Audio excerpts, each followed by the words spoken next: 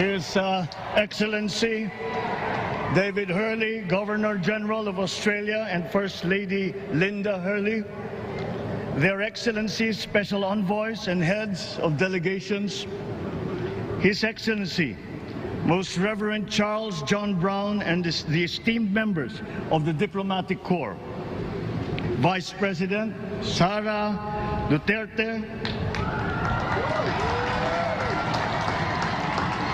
President Fidel Ramos, President Joseph Ejercito Estrada, President Gloria Macapagal Arroyo, Senate President Vicente Soto III, and the honorable members of the Philippine Senate, House Speaker Lord Alan J. Velasco, and the honorable members of the House of Representatives, Chief Justice Alexander Gesmundo, and the honorable justices of the Supreme Court,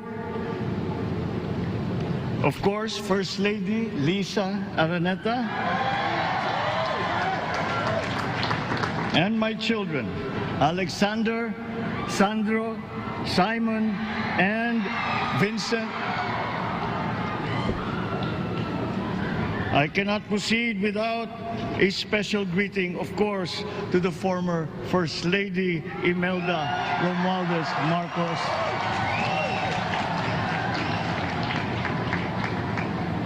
Other distinguished guests, ladies and gentlemen, my friends, ang aking minamahal na mga kababayan,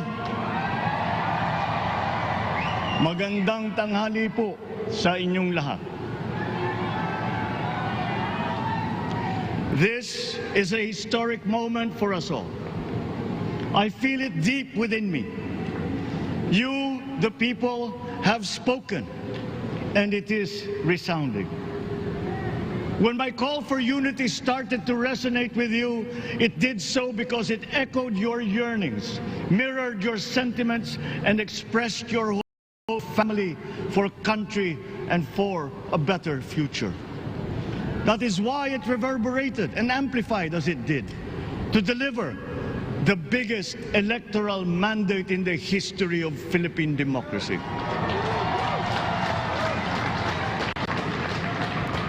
By your vote, you rejected the politics of division. I offended none of my rivals in this campaign. I listened instead to what they were saying. And I saw little incompatibility with my own ideas about jobs, fair wages, personal safety, and national strength, and ending want in a land of plenty.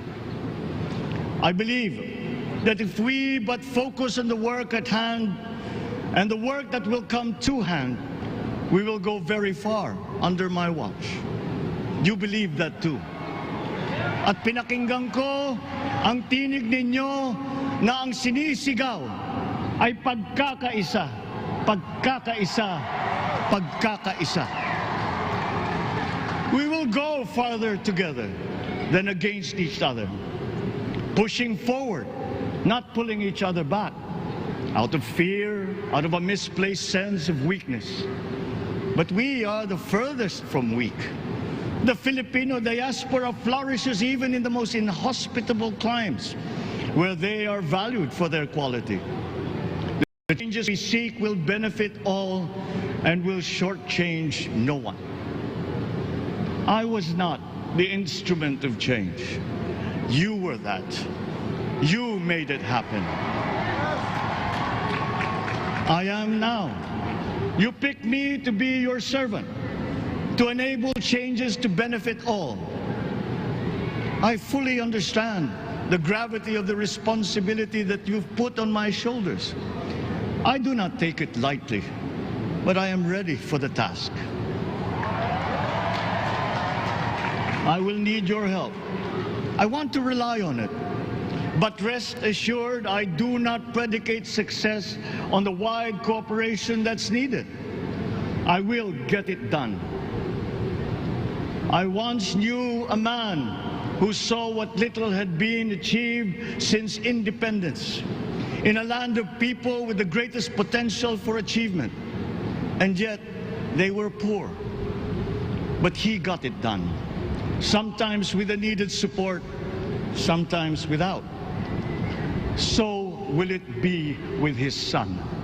You will get no excuses from me.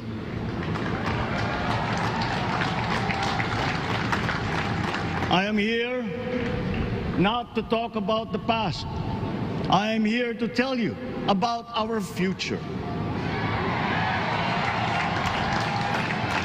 A future of sufficiency, even plenty, of readily available ways and means to get done what needs doing, by you, by me.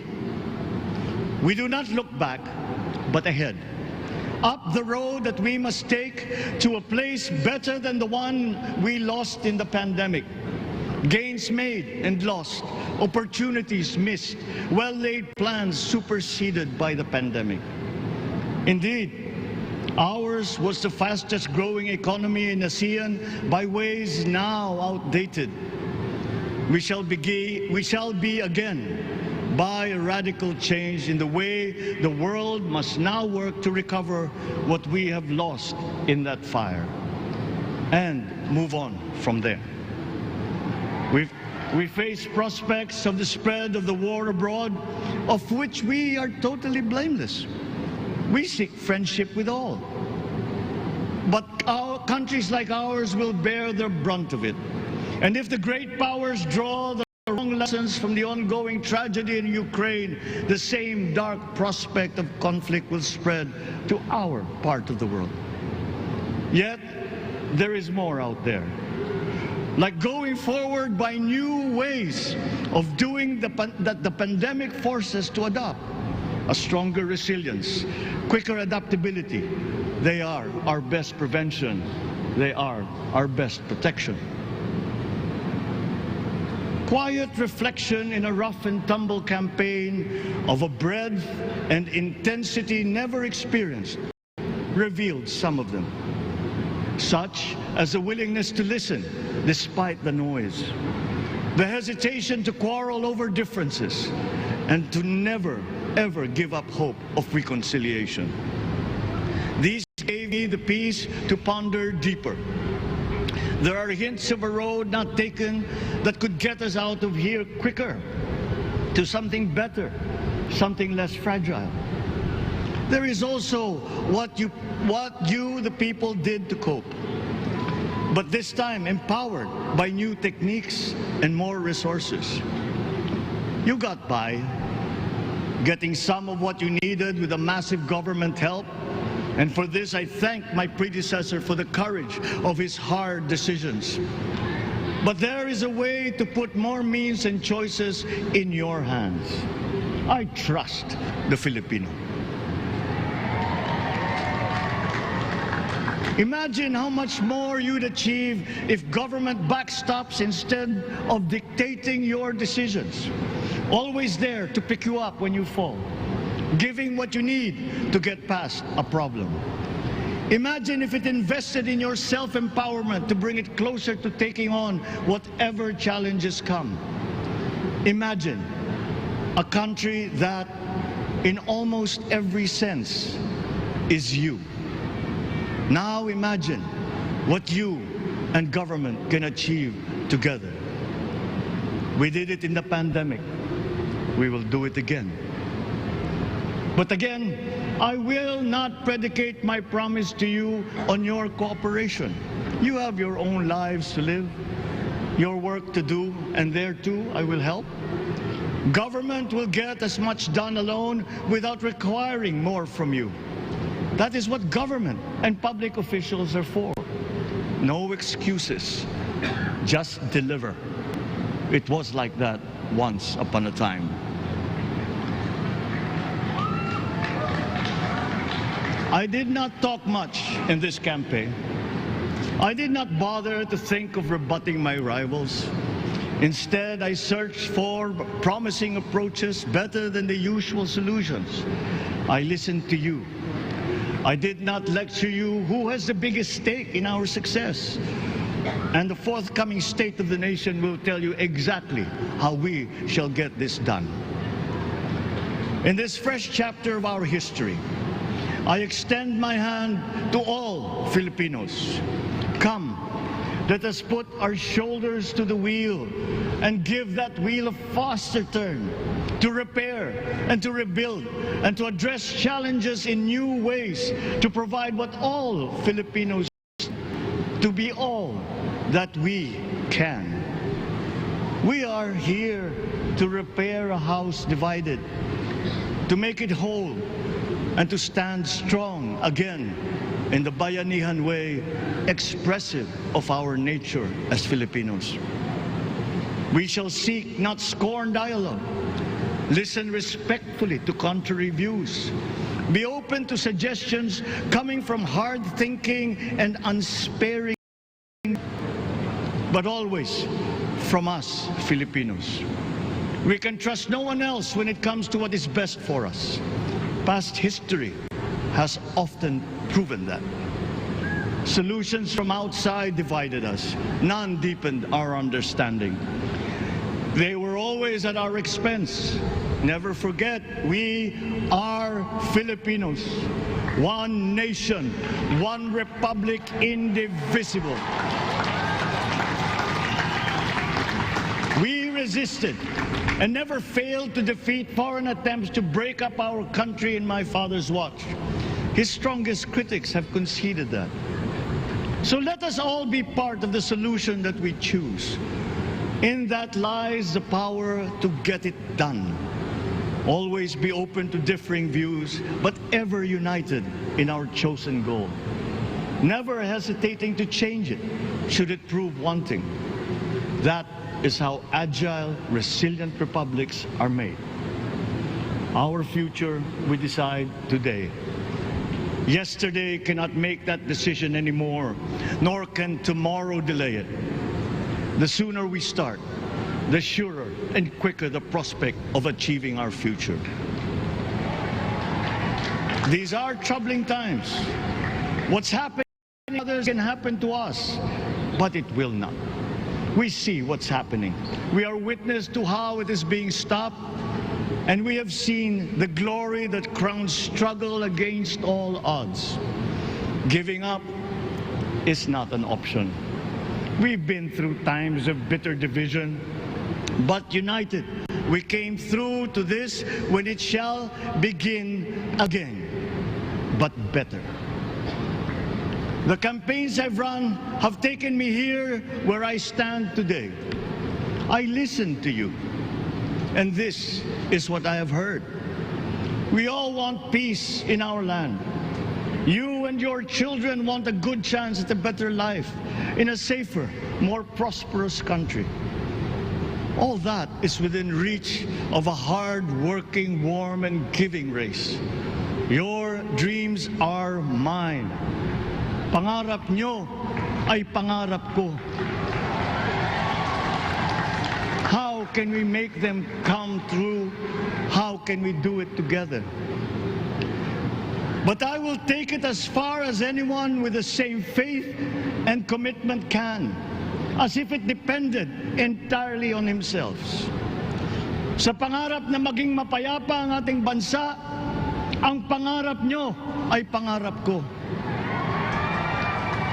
Sa pangarap na maging maunlad ang ating bansa, ang pangarap nyo ay pangarap ko.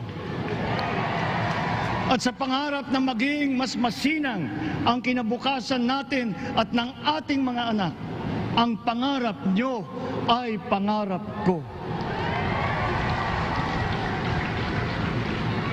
We are presently drawing up a comprehensive, all-inclusive plan for economic transformation.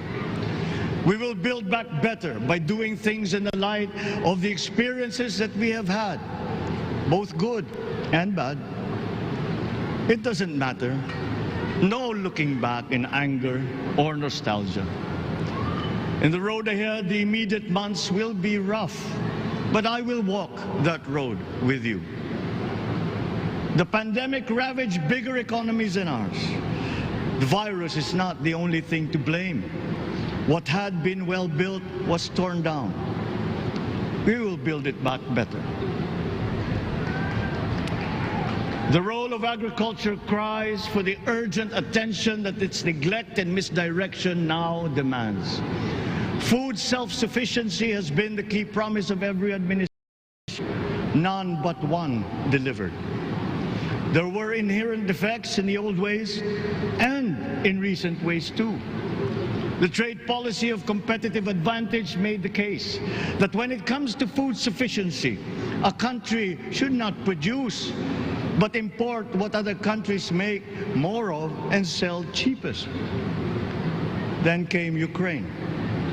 The most vulnerable when it comes to food are the countries furthest away from the conflict, those bearing no blame for provoking it. Yet they face the biggest risk of starvation. If financial aid is poured into them, though it never is, there is nothing to buy. Food is not just a trade commodity. Without it, people weaken and die. Societies come apart. It is more than a livelihood. It is an existential imperative and a moral one. An agriculture damaged and diminished by unfair competition will have a harder time or will have no prospects at all of recovering. Food sufficiency must get the preferential treatment the richest free trade countries always gave their agricultural sectors. Their policy boils down to don't do as we do, do what we tell you to. I am giving that policy the most serious thought if it doesn't change or make more allowances for emergencies with long-term effects. There is a parallel problem in our energy supply.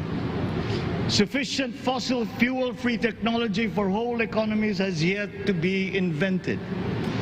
And it is not seriously tried by rich countries. Again, consider the response of the richest countries to the war in Ukraine. But surely, a free world awash with oil can assure supplies. Or we will find a way. We are not far from oil and gas reserves that have already been developed. What we teach in our schools, the materials used must be rethought. I am not talking about history.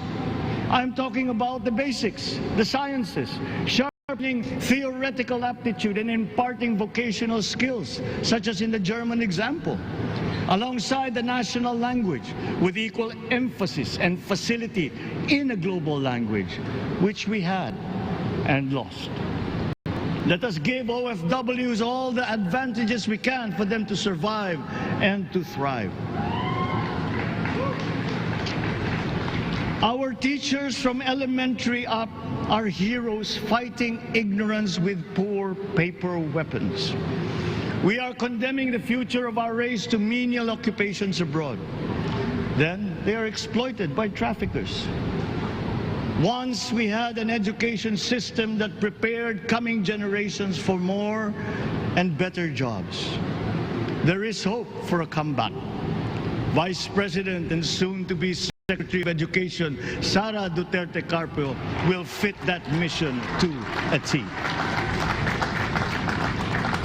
We won't be caught unprepared, under-equipped, and understaffed to fight the next pandemic. To start with, we never got over the pandemic of poor, if any, free public health. The last major upgrade of a public health system, exemplified by the resources poured into PGH, predates the current shambles by 3 generations. Our nurses are the best in the world. They acquitted themselves with the highest distinction abroad, having suffered even the highest casualties. With the same exemplary dedication, at home, they just got by. They are out there because we cannot pay them for the same risk and workload that we have back here. There will be changes starting tomorrow. I am confident because I have an OPLEC in my cabinet. There were shortcomings in the COVID response. We will fix them out in the open. No more secrets in public health.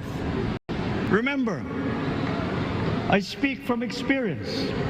I was among the first to get COVID. It was not a walk in the park. My father built more and better roads, produced more rice than all administrations before his. President Rodrigo Roa Duterte built more and better than all the administrations succeeding my father's. Much has been built, and so well, that the economic dogma of dispersing industry to develop the least likely places has been upturned. Development was brought to them.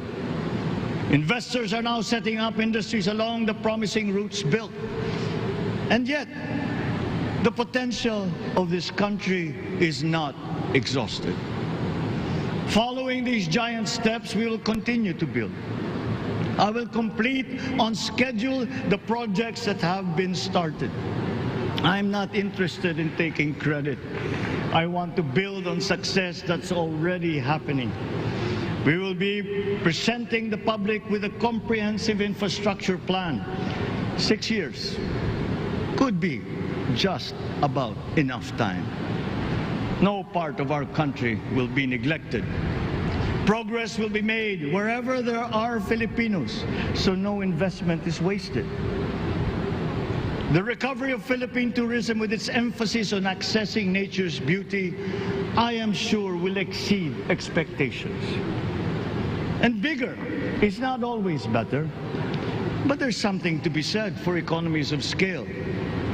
And yet the country invites investments in fast-rising industries with quick returns and inflicts irreparable damage for future generations.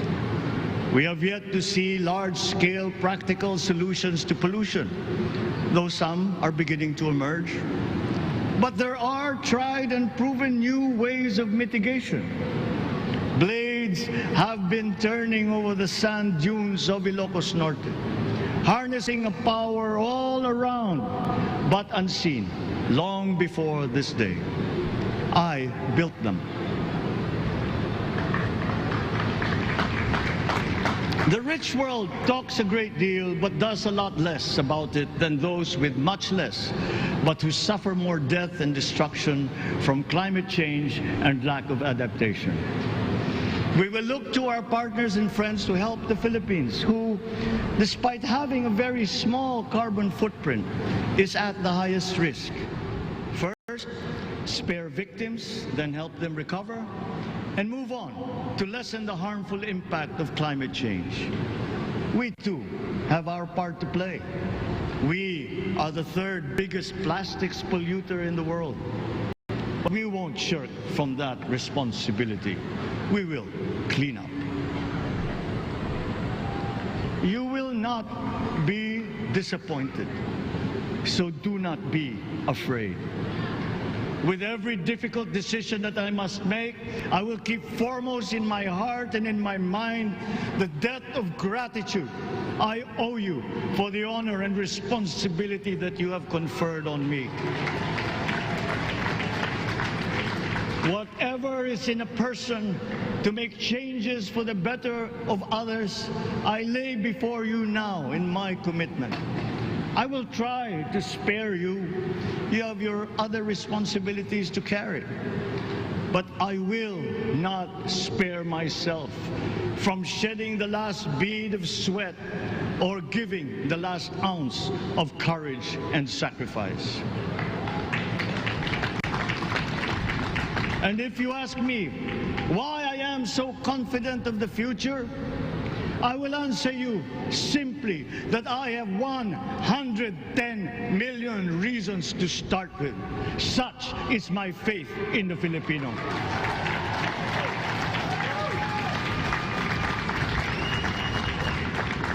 Believe, have hope. The sun also rises like it did today and as it will tomorrow.